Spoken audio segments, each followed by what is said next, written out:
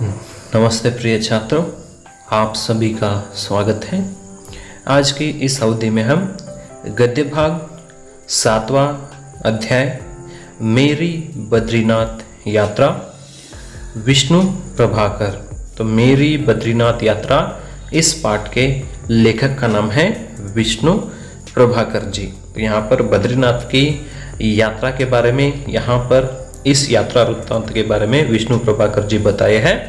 तो यहाँ पर लेखक परिचय देखेंगे। तो मेरी बद्रीनाथ यात्रा, इस यात्रा वृत्तांत के लेखक का नाम है विष्णु प्रभाकर जी। तो हम यहाँ पर लेखक परिचय करेंगे। तो लेखक परिचय विष्णु प्रभाकर जी। विष्णु प्रभाकर जी का जन्म 21 जून 1912 ईस्वी को मुजफ्फरनगर, जो उत्तर प्रदेश के मीरापुर कस्बे में हुआ था। तो विष्णु प्रभाकर जी का जन्म 21 जून यानी 21 जून 1912 को उत्तर प्रदेश के मुजफ्फरनगर के मीरापुर के कस्बे में इनका जन्म हुआ था। वे बचपन से ही लेखन में रुचि रखते थे। उन्होंने प्रारंभ में ही प्रेम बंधु तथा विष्णु नाम से रचनाएं लिखी हैं। वे सुशील नाम से समीक्षाएं भी लिखी हैं। वे एक जिज्ञासु के रूप में, जिज्ञासु का मतलब है जानने की इच्छा रखने वाला, तो वे एक जिज्ञासु के रूप में हिमालय, सभी तीर्थ स्थलों सहित लगभग संपूर्ण भारत का भ्रमण किया है। और विष्णु प्रभाकर जी भारत सरकार के विभिन्न मंत्रालयों में हिंदी सलाहकार समिति के सदस्य भी रहे हैं। जमुना गंगा के नहर में अभियान और यात्राएं, हंसते निर्जर दहकती भट्टी, हिम शिखरों की छाया में, ज्योतिपुंज हिमालय आदि इनकी प्रसिद्ध यात्रा वृत्तांत है। इसके अतिरिक्त इन्होंने साहित्य की विविध विधाओं पर लेखनी चलाकर हिंदी साहित्य की श्रीवृद्धि की है। तो हिंदी साहित्य का प्रारंभ इन्होंने भी अपने विविध विधाओं में लिखी हुई लेखनी को चलाकर हिंदी साहित्य को भी इन्होंने देन दिए हैं। तो इस प्रस्तुत पाठ में विष्णु प्रभाकर जी बद्रीनाथ की यात्रा करते हैं। तो बद्रीनाथ की यात्रा करते समय किस प्रकार वे वहाँ पर किन लोगों के साथ जाते हैं, कौन से महीने में जाते हैं, और वहाँ पर प्राकृतिक सौंदर्य कौन से देखते हैं, और बद्रीनाथ की यात्रा करते समय कौन से प्रदेशों पर जाकर वहाँ रुकते हैं, वहाँ के प्राकृतिक सौंदर्य का अनुभव करते हैं, उन सभी विषयों की जानकारी यहाँ पर मेरी बद्रीनाथ यात्रा के यात्रा वृत्तांत में विष्णु प्रभाकर जी व्यक्त किए हैं। तो यात्रा वृत्तांत का मतलब ही है कि हम जहाँ पर यात्रा किए रहते हैं उस यात्रा का अनुभव यहाँ पर प्रकट करना। तो विष्णु प्रभाकर जी द्वारा रचित मेरी बद्रीनाथ यात्रा एक प्रसिद्ध यात्रा वृत्तांत है। हिमालय की सुरम्य प्रकृति को देखते ही अकवि भी कवि, अदार्शनिक भी दार्शनिक बन जाता है। तो यहाँ पर हिमालय की चोटी और हिमालय के प्राकृतिक सौंदर्य को देखकर वहाँ पर जाने वाले अकवि, यानी जो कोई कवि ही नहीं रहता है, वह उस प्राकृतिक सौंदर्य को देखकर कवि बन जाता है, और अदार्शनिक व्यक्ति भी वहाँ पर दार्शनिक बन जाता है। उसके साथ यहाँ पर भारत के कोने कोने से लोग आते हैं। हिम शिखरों की भव्यता मन मोह लेती है। तो यहाँ पर भारत के अनेक कोने कोने से, जो भी राज्य है, जितने राज्यों के कोने कोने के हर एक गांव से हर प्रकार के व्यक्ति यहाँ पर आकर जाते हैं, और हिम शिखरों की भव्यता मन मोह लेती है। तो वहाँ पर हिमालय की जो हिम शिखर वहाँ पर हिमालय के ऊपर आच्छादित हुए हैं, उसका सौंदर्य भी यहाँ पर मन को आनंद दे देता है। और गंगा के अनेक रूप, जैसे गरुड़ गंगा, विष्णु गंगा और पांडुकेश्वर मंदिर, शहतूत के वृक्ष, कुबेर शिला आदि दर्शनीय स्थलों के बाद बद्रीनारायण का मंदिर आता है। तो यहाँ पर बद्रीनारायण मंदिर को जाने से पहले यहाँ पर गरुड़ गंगा पार करना पड़ता है, विष्णु गंगा पार करना पड़ता है और पांडुकेश्वर मंदिर पार करके शहतूत के वृक्ष और कुबेर शिला आदि दर्शनीय स्थलों के बाद यहाँ पर बद्रीनारायण मंदिर का दर्शन होता है। तो यह जो बद्रीनारायण मंदिर है, यहाँ पर सरल भक्ति और प्रकृति के वैभव का आकर्षण होता है। तो यहाँ पर विष्णु प्रभाकर जी यात्रा के दौरान जाते हैं, तो यहाँ पर बद्रीनाथ के मंदिर तक पहुँचने के लिए कौन कौन से प्रदेश हैं, उन प्रदेशों सभी को पार करके बद्रीनाथ यानी बद्रीनारायण का दर्शन प्राप्त करते हैं। तो वहाँ पर मंदिर में सरल भक्ति को हम देख सकते हैं कि ज़्यादा वहाँ पर आडंबर नहीं रहता है, सरल भक्ति को देख सकते हैं और प्रकृति के वैभव को देख सकते हैं। तो वहाँ पर रहने वाला प्रकृति का वैभव, प्राकृतिक सौंदर्य हमें आकर्षण कर लेता है। तो विद्यार्थियों में दर्शनीय स्थानों के प्रति रुचि बढ़ाने के उद्देश्य से ही इस यात्रा वृत्तांत का चयन किया गया है। तो आपके लिए प्रिय छात्रों, इस यात्रा वृत्तांत का रखने का यही एक मूल उद्देश्य है कि आप भी आगे अपने भविष्य में इसी प्रकार से अनेक प्रकारों की यात्रा कर सके। क्योंकि कन्नड़ में एक बात है, देश सुत्ती नोडु कोश ओदी नोडु देश सुत्ती नोडु। तो यहाँ पर हमें भ्रमण करते रहना चाहिए, घूमना चाहिए, तभी हमें पता चलता है कि हमारे देश में कौन कौन से प्राकृतिक सौंदर्य है। तो उनको देखने के बाद हमें हमारे देश के प्रति गर्व होता है कि जब हमें हमारे देश में रहने वाले दर्शनीय स्थलों के बारे में तब तक जानकारी नहीं हासिल होती, तब तक हम हमारे देश के प्रति अपने विचारों को व्यक्त नहीं कर सकते हैं। इसलिए प्राकृतिक सौंदर्य में जाने के बाद वहाँ पर अकवि भी कवि बन जाता है और अदार्शनिक भी दार्शनिक बन जाता है। इसलिए जब भी आपको समय मिलता है आप यात्रा करते रहिए। लेकिन आज के इस माहौल में यात्रा करना ही बहुत तकलीफ है, लेकिन जब यह कोरोना बीमारी चली जाएगी उसके बाद जब समय मिलेगा तब यात्रा करना आवश्यक होता है। तो प्रिय छात्रों, यहाँ पर कुछ मार्ग है। देखिए यहाँ पर जो लाल रंग के हैं जो बद्रीनाथ वही है, वहाँ पर जाने के लिए यहाँ पर प्रमुख देखिए यमुनोत्री है, गंगोत्री, केदारनाथ और बद्रीनाथ। तो किस प्रकार से यहाँ पर प्रदेश है, कौन से मार्ग से हम बद्रीनाथ पहुँच सकते हैं, उस सभी की जानकारी यहाँ पर है। तो हम इस पाठ में हमारे लेखक कौन से मार्ग से गए हैं, हम पाठ को पढ़ते हुए आगे देखते जाएंगे। तो चलिए प्रिय छात्रों, अभी हम पाठबोधन करेंगे। मेरी बद्रीनाथ यात्रा। तो कालिदास ने हिमालय को नगाधिराज व्यर्थ ही नहीं कहा है। सदा बर्फ से ढका रहने वाला यह पर्वत संसार का सबसे ऊंचा पर्वत ही नहीं है, सबसे सुंदर भी है। तो यहाँ पर लेखक हमें कहते हैं कि कालिदास ने हिमालय को नगाधिराज कहा है। नगाधिराज यानी पर्वतों का राजा जो हिमालय है, उसे नगाधिराज कालिदास ने कहा था।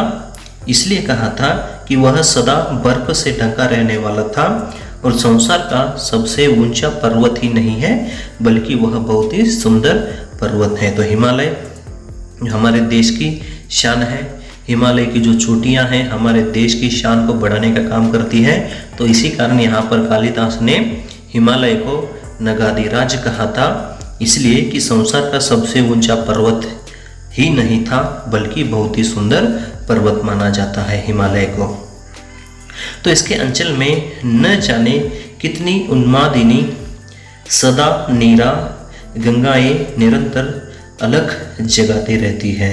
तो यहाँ पर जो हिमालय की जो पर्वत श्रृंखला है, उस पर्वत श्रृंखला के अंचल में बहुत सारी उन्मादिनी यानी चित्त को भ्रमित कर देने वाली, सदा नीर यानी हमेशा बहती रहने वाली जो गंगाएं हैं, हमेशा वहाँ पर अलग जगाती रहती है। अलग जगाना यानी अगोचर होना। तो जिस हिमालय पर्वत श्रेणी की बात यहाँ पर कर रहे हैं, वहाँ पर उस हिमालय की अंचल में बहुत सारी ऐसी चित्त भ्रमित कर देने वाली गंगाएं यानी नदियाँ वहाँ पर हमेशा निरंतर बहती चली जाती थी।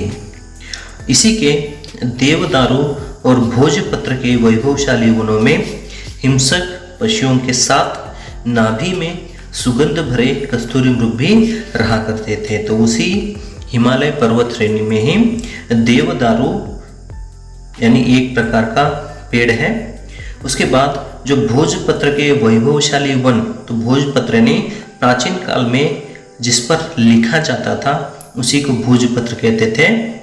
तो यहाँ पर देवदारू और भोजपत्र के वैभवशाली वन में हिंसक पशुओं के साथ यानी हिंसा करने वाले जो हिंसक क्रूर जानवरों के साथ अपनी नाभि में सुगंध भरे कस्तूरी मृग भी वहाँ पर दिखाई देते हैं। तो यहाँ पर हिमालय की चित्रण बताते हुए कहते हैं कि वहाँ पर हिंसक पशुओं भी रहती है और वहाँ पर अपनी नाभि में सुगंध को भरे हुए कस्तूरी मृग भी वहाँ पर दिखाई देते हैं।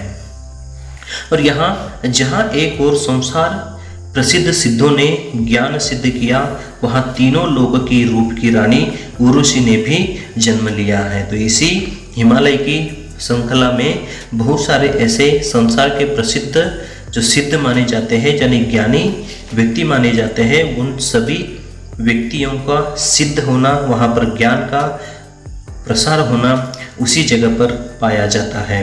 और जिस जगह की बात करते हैं कि हिमालय की पर्वत श्रृंखला में तीनों लोक की जो रानी है उर्वशी, उसका भी जन्म वहीं पर हुआ था। और यहीं पर हर समय नाना रूप रंग वाले पक्षियों का कलरव भी दिखाई देता था। तो वहाँ पर उर्वशी का जन्म भी वहाँ पर हुआ था। तो उसी के साथ वहाँ पर हर समय अलग अलग रंगों वाली अलग अलग प्रकार की जो पक्षियाँ हैं उस हिमालय की पर्वत श्रेणी में दिखाई देती है। और उसी के साथ क्षण भर में ही उत्तुंग हिम शिखरों की रजत चोटियाँ अरुण किरणों का मुकुट पहनकर इंद्रधनुषों का निर्माण करती है और दूसरे ही क्षण ठंडे कोहरे के श्वेत अंधकार में खो जाती है। ऐसे प्रदेश में पहुंचकर अकवि भी कवि और अदार्शनिक भी दार्शनिक बन जाता है। जिस प्रदेश की जो बात कर रहे हैं यहाँ पर लेखक, वे कहते हैं कि वहाँ पर जो क्षण भर में ही उत्तुंग यानी जो पर्वत श्रेणी है उस पर्वत श्रेणी के हिम शिखर की रजत चोटियों में, रजत यानी श्वेत रंग की जो हिमालय की श्वेत रंग की चोटियाँ हैं, वहाँ पर अरुण किरणों का मुकुट, अरुण यानी सूर्य कहते हैं, तो उन सूरज की किरणों का वहाँ पर गिर जाने से वहाँ पर इंद्रधनुष का निर्माण होता था। और उसी के साथ वहाँ पर ठंडे कोहरे पड़ जाने के कारण श्वेत अंधकार में खो जाते थे। तो ऐसे प्रदेश में पहुंचकर अकवि भी कवि बन जाते हैं और अदार्शनिक भी वहाँ पर दार्शनिक बन जाते हैं। इसी प्रकार कालिदास ने हिमालय को नगाधिराज कहा था, इसलिए कि वह संसार के सबसे ऊंचे पर्वत ही नहीं माने जाते हैं, उसके अलावा सबसे सुंदर पर्वत भी माने जाते हैं। तो जिस हिमालय पर्वत श्रेणी की बात करते हैं तो वहाँ पर उसके अंचल में बहुत सारी ऐसी जो नदियाँ हैं हमेशा बहती रहती थी। तो वहीं पर देवदारू का पेड़ भी है और भोजपत्र भी है। उस वन में जो देवदारू पेड़ और भोजपत्र के वन में वहाँ पर हिंसक पशुओं को भी हम देख सकते हैं। उसी के साथ साथ नाभि में सुगंध को भरे हुए कस्तूरी मृग को भी वहाँ पर देखा जाता है। और संसार के प्रसिद्ध सिद्ध माने जाने वाले ज्ञानी लोग वहीं पर ज्ञान प्राप्त कर चुके हैं। उसके साथ वहाँ पर तीनों लोक की रानी उर्वशी का भी जन्म वहीं पर हुआ था। तो यहाँ पर जो हिमालय की उत्तुंग जो शिखर है वहाँ पर जो रजत चोटी यानी श्वेत रंग की चोटियाँ, वहाँ पर बर्फ छा जाने से, बर्फ से ढका हुआ रहने के कारण इतनी सुंदर दिखाई देती है कि वहाँ पर सूरज की किरणें गिरने से इंद्रधनुष निर्माण होता है। इंद्रधनुष यानी रेनबो कहते हैं, ಕಾಮನ ಬಿಲ್ಲು। ಈ ಪ್ರದೇಶದ ಸೌಂದರ್ಯವನ್ನು ಲೇಖಕರು ಈ ರೀತಿಯಾಗಿ ವರ್ಣನೆ ಮಾಡ್ತಾರಪ್ಪ ಅಂದ್ರೆ ಆ ಪ್ರದೇಶದಲ್ಲಿ ಹೋದ ತಕ್ಷಣ ಪ್ರಕೃತಿಯ ಸೌಂದರ್ಯವನ್ನು ನಾವು ನೋಡಬಹುದಾಗಿದೆ। ಹಿಮಾಲಯ ಪರ್ವತಗಳು ಯಾವ ರೀತಿ ಕಾಣ್ತಾ ಇದಾವೆ ಅಂದ್ರೆ ಬೆಳ್ಳಿಯ ಬಣ್ಣ ಯಾವ ರೀತಿ ಇರ್ತದೆ ಅದೇ ರೀತಿ ರಜತ ಶಿಖರಗಳು ಅಲ್ಲಿ ಕಾಣ್ತಾ ಇದ್ದಾವೆ।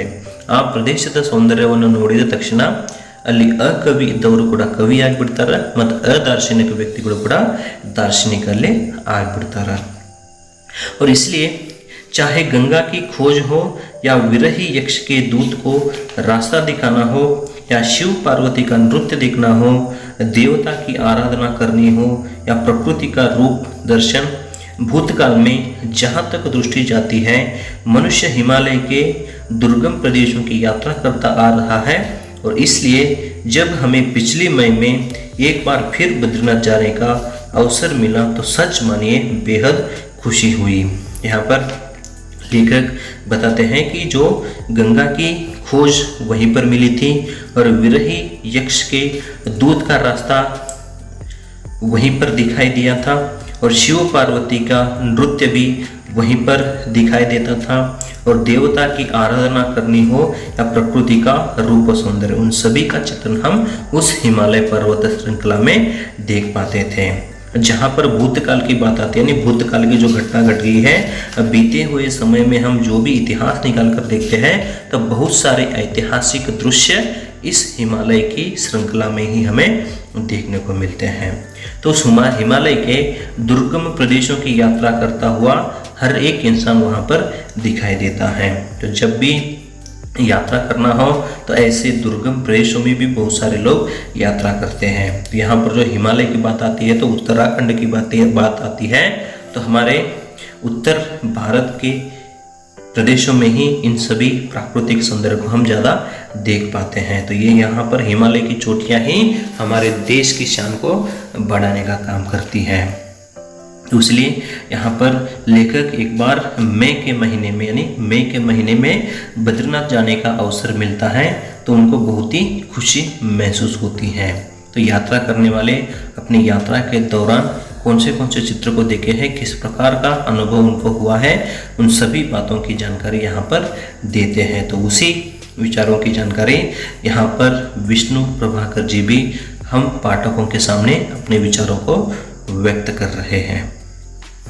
तो एक बार सितंबर अक्टूबर में हम उधर हो आए थे। तो यहाँ पर लेखक बताते हैं कि एक बार की बात है तो सितंबर और अक्टूबर के महीने में उधर जाकर आए हुए थे, पर वह यात्रा का अवसर नहीं है, सैर का है। तो यहाँ पर सितंबर और अक्टूबर के महीने में वहाँ पर यात्रा करना इतना उचित नहीं माना जाता है, वह यात्रा नहीं कहलाएगी, वह सिर्फ घूमना कहलाएगा। निपट नीला आकाश, निर्मल जल, भीड़ नहीं, मेघ कुहरे और हिम के आवरण से मुक्त प्रकृति, आंखें जहाँ अटक जाती है मन भी वहीं रम जाता है। तो यहाँ पर बद्रीनाथ के प्रदेश का चित्र बताते हुए लेखक यहाँ पर कहते हैं कि निपट नीला आकाश, तो वहाँ पर जो आकाश हम देखते हैं वह बिल्कुल नीला आकाश है, यानी वहाँ पर कोई भी बादल नहीं दिखाते थे। और निर्मल जल, तो जिस प्रदेश में जाते हैं वहाँ पर परिशुद्ध जल दिखाई देता है। और भीड़ नहीं था, मेघ है, कुहरे और हिम के आवरण से मुक्त प्रकृति, तो वहाँ पर कुहरे भी नहीं ज़्यादा दिखाई देते हैं, बादल भी नहीं दिखाई देते हैं, हिम भी नहीं दिखाई देते हैं। कब के महीने में? सितंबर और अक्टूबर के महीने में। और आंखें जहाँ तक अटक जाती है मन वहीं पर रम जाता है, यानी मन वहीं पर खेलने लग जाता है। और इसके विपरीत मई की यात्रा है। तो लेखक का मानना है कि सितंबर और अक्टूबर की यात्रा नहीं, वह सैर कहलाएगा, लेकिन मई महीने की यात्रा ही यात्रा कहलाती है। उसका अपना एक आकर्षण है। तो मई महीने में जो भी यात्रा करने के लिए यात्रीगण जाते हैं वही एक आकर्षण कहलाता है। तो उस समय में धर्मभीरु भीड़ का कोलाहल, भारत की सांस्कृतिक एकता के दर्शन, विभिन्न प्रदेशों से विभिन्न वेशभूषा पहने विभिन्न स्वरों में एक ही देवता को पुकारते अनगिनत नर नारी निकल पड़ते हैं, और एक ही मार्ग पर यह प्रमाणित करते हुए कि विभिन्नता में सौंदर्य है, शक्ति है, विभेद नहीं है, विग्रह नहीं है। तो यहाँ पर लेखक कहते हैं कि धर्म भीरु यानी धर्म का पालन करने वाली भीड़ वहाँ पर कोलाहल मचाते हुए भारत की सांस्कृतिक एकता का दर्शन वहाँ पर यात्रा करने के समय में हमें दिखाई देता है।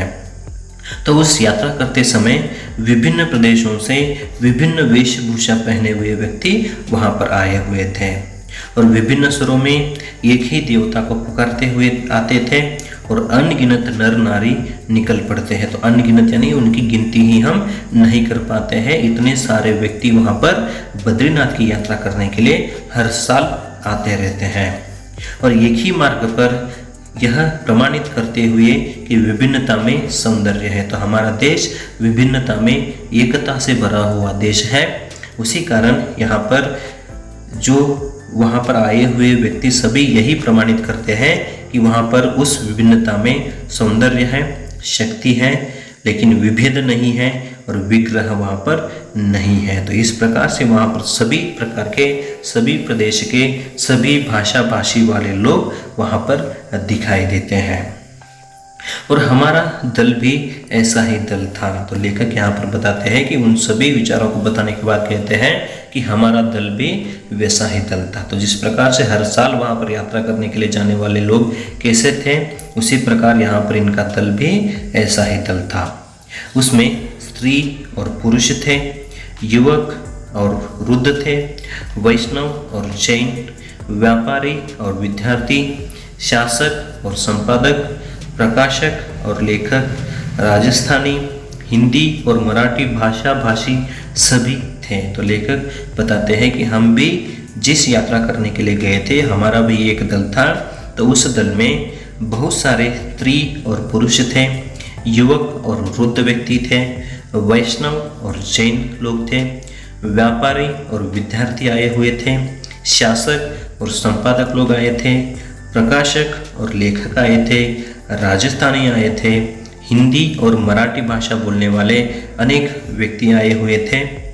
तो उसी समय सीधे बद्रीनाथ जाने के लिए चाहे आप पौड़ी होकर जाए या हरिद्वार, अब पीपल कोटी तक बस जाती हैं। तो यहाँ पर बद्रीनाथ की यात्रा करने के लिए अगर हमें वहाँ पर जाना है तो वहाँ पर अलग अलग प्रकार के रास्ते दिखाई देते हैं।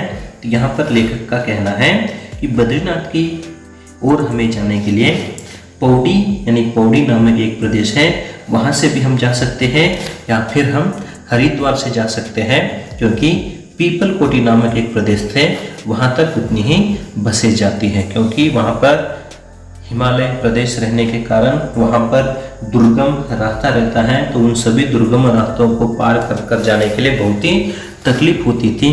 उसी कारण यहाँ पर बद्रीनाथ तक जाने के लिए हम पौड़ी होकर जा सकते हैं या हरिद्वार से भी जा सकते हैं। और हरिद्वार से जाते समय पीपल कोटी तक बस जाती थी। तो वहाँ से कुल 31 मील का पैदल मार्ग रह जाता है। तो पीपल कोटी जाने के बाद उस पीपल कोटी से बद्रीनाथ तक पहुँचने के लिए 31 मील का पैदल मार्ग रह जाता है, यानी 31 मील पैदल यात्रा से हम वहाँ पर जाना पड़ता है। लेकिन हम लोग यात्रा के नियम के अनुसार पहले केदारनाथ गए। तो पहले एक मार्ग को बताते हैं कि हरिद्वार से होकर हम पीपल कोटी तक बस से जा सकते हैं, और वहाँ से पीपल कोटी से बद्रीनाथ तक जाने के लिए 31 मील का पैदल मार्ग रह जाता है। लेकिन यात्रा का एक नियम बना हुआ था, उस नियम के अनुसार लेखक सबसे पहले केदारनाथ जाते हैं, और वहाँ से लौटते हुए 20 में से हम एक ऐसे मार्ग पर मुड़ गए जो हमें चमोली पहुँचाता है। तो केदारनाथ जाते हैं, केदारनाथ से फिर उनका शुरुआत बद्रीनाथ की ओर जाता है। तब जाते ही वहाँ पर एक बीच मार्ग में कहीं मुड़ जाते हैं, तो वह मुड़ने के बाद वहाँ पर चमोली पहुँचा देता है। तो जिस रास्ते से वे जाते हैं सीधा वे चमोली पहुँच जाते हैं, और वहाँ से पीपल कोटी के लिए बस मिलती है। तो जब केदारनाथ जाते हैं, केदारनाथ से फिर बद्रीनाथ जाना होता है, तो एक अलग मार्ग पकड़ लेते हैं। तो उस मार्ग की सहायता से चमोली पहुँच जाते हैं, और चमोली से सीधा पीपल कोटी के लिए बस मिलती थी। तो चमोली से उनको पीपल कोटी जाना पड़ता है। और इसी मार्ग पर केदारनाथ की शीत ऋतु की राजधानी ऊशीमठ और हिंदुओं का सबसे ऊंचे स्थान पर बना हुआ मंदिर तुंगनाथ है। यहाँ पर चमोली से पीपल कोटी को जाने के उस मार्ग में केदारनाथ के शीत ऋतु की राजधानी ऊशीमठ वहीं पर मिलती है, और हिंदुओं का सबसे ऊंचे स्थान पर बना हुआ मंदिर तुंगनाथ भी उसी मार्ग पर मिलता है। और यह मार्ग अपेक्षाकृत भयानक है, इसलिए इसका सौंदर्य भी अभी अछूता है। तो जिस मार्ग से वे तुंगनाथ का मंदिर देखना चाहते हैं, उस मार्ग बहुत ही भयानक है। तो भयानक रास्ते से वहाँ पर जाते समय बहुत सारे ऐसे प्राकृतिक सौंदर्य यहाँ पर लेखक को देखने के लिए मिलते थे। तो उसके बाद यहाँ पर लेखक आगे बताते हैं कि हम प्रतिदिन सवेरे 3 बजे उठते थे। तो लेखक का कहना है कि यात्रा करने के लिए हमें प्रतिदिन सवेरे 3 बजे उठना होता था। तो हम प्रतिदिन सवेरे 3 बजे उठते थे, बिस्तर समेटते थे और नित्य कर्म से छुट्टी पाते और भार वाहकों को सामान सौंपकर 4 बजे तक आगे बढ़ने लग जाते थे। तो यहाँ पर लेखक का कहना है कि यात्रा करते समय हम सवेरे 3 बजे उठते थे और 3 बजे उठने के बाद हमारे सभी बिस्तरों को समेटते थे, यानी बिस्तरों को एकत्रित कर देते थे और नित्य हमारे कर्मों से छुट्टी पाकर, यानी हम यात्रा करने के लिए आए हैं तो हमारे घर में जो भी ऑफिस हो, कार्यालय हो, सब काम को हम छोड़ दिए हैं क्योंकि हमें यात्रा करना है। उसी दौरान हम सभी छुट्टी लेकर यहाँ पर यात्रा करने के लिए आए हैं। तो हमारे जो भी लगेज हैं उन सभी लगेजों को भारवाहकों को, भारवाहक यानी भार को उठाकर ले जाने वाले साधन हैं, तो उनको अपने सामान सौंप देते हैं और 4 बजे तक आगे बढ़ने लग जाते हैं। और बिजली की रोशनी में जीने वाले हम लोग जैसे उस प्रदेश के प्राकृतिक प्रकाश में राहत पाते हैं। तो यहाँ पर उनका कहना है कि बिजली की रोशनी में अपने जीवन को बिताने वाले व्यक्ति आज इस प्रदेश में आकर प्रकृति के प्रकाश में हम राहत ले रहे हैं। तो प्राकृतिक प्रकाश में ही हम यहाँ पर जीवन चला रहे हैं।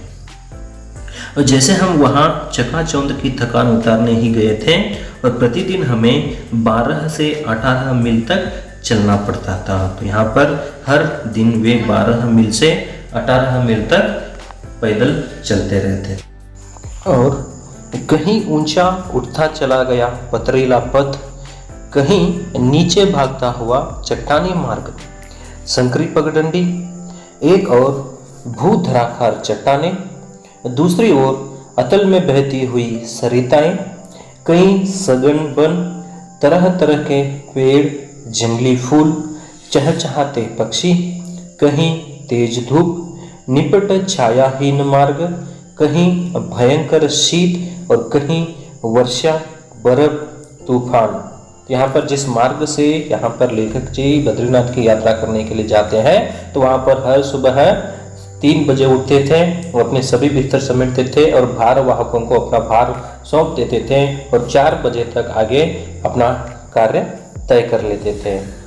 और हर दिन उनको 12 से लेकर 18 मील तक की यात्रा करना पड़ता था, तभी वे अपनी मंजिल तक पहुंच सकते थे। तो वे जिस मार्ग से जाते थे वहाँ के प्राकृतिक सौंदर्य का वर्णन करते हुए बताते हैं कि वहाँ पर ऊंचा उठता चला गया पथरीला पथ है, तो पत्थरों से भरा हुआ मार्ग वहां पर दिखाई देता है और कभी कभी वहां पर नीचे भागता हुआ चट्टानी मार्ग, तो कभी कभी उनको ऊपर चढ़ना होता था और कभी कभी नीचे उतरना होता था। संकरी पगडंडी, तो वहां पर पतली पतली रास्ते वहां पर दिखाई देते थे और एक और भूधराखार चट्टाने, वहां पर भूधराखार यानी पाताल में जाने वाली ऐसी रास्ता वहां पर दिखाई देते थे। और दूसरी ओर अतल में बहती हुई सरिताएं यानी पाताल में बहने वाली नदियां वहां पर दिखाई देती हैं और कभी कभी रास्ते में वहां पर घने वन दिखाई देते थे और तरह तरह के पेड़, जंगली फूल, चहचहाते पक्षियां और कहीं तेज धूप, तो कभी कभी निपट छायाहीन मार्ग और कहीं भयंकर शीत और कहीं वर्षा, बर्फ और तूफान। तो इन सभी तूफानों को, बर्फ और वर्षा सभी को सहन करते हुए यहाँ पर लेखक हर दिन यात्रा करते रहते थे क्योंकि उनको अपनी मंजिल तक पहुंचना होता है।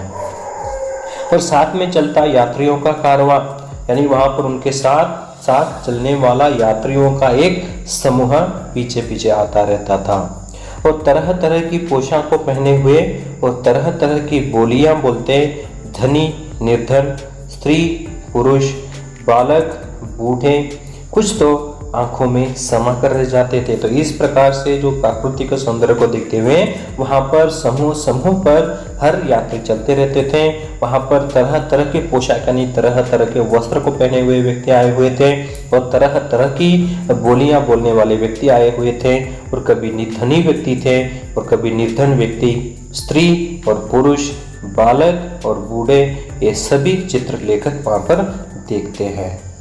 और उसके साथ तारकेश्वर की वह